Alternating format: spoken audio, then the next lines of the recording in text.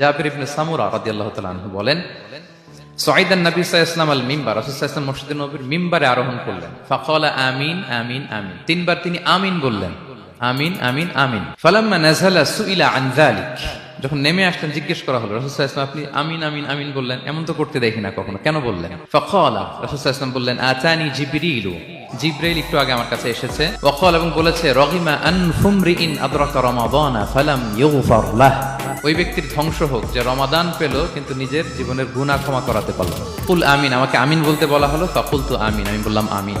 সম্মানিত সুধী, রাসূল সাল্লাল্লাহু আলাইহি ওয়াসাল্লামের পক্ষ থেকে বদদোয়া, হুঁশিয়ারি এবং তাদের ধ্বংসের জন্য রাসূল সাল্লাল্লাহু আলাইহি ওয়াসাল্লাম আমিন বলেছেন। কে আমিন বলেছেন বলেন তো সবাই? স্বয়ং রাসূলুল্লাহ সাল্লাল্লাহু আলাইহি ওয়াসাল্লাম বলেছেন আমিন। এবার কি একটু ভয় লাগতেছে? এতক্ষণ তো খুব হোপফুল ছিলাম আমরা, এখন কেমন মনে হচ্ছে আপনাদের বলেন? রমাদান পেলাম কিন্তু মুক্তি নিশ্চিত করতে পারলাম না। ক্ষমাপ্রাপ্ত বান্দাদের যে লিস্ট, ওখানে নিজের নাম তো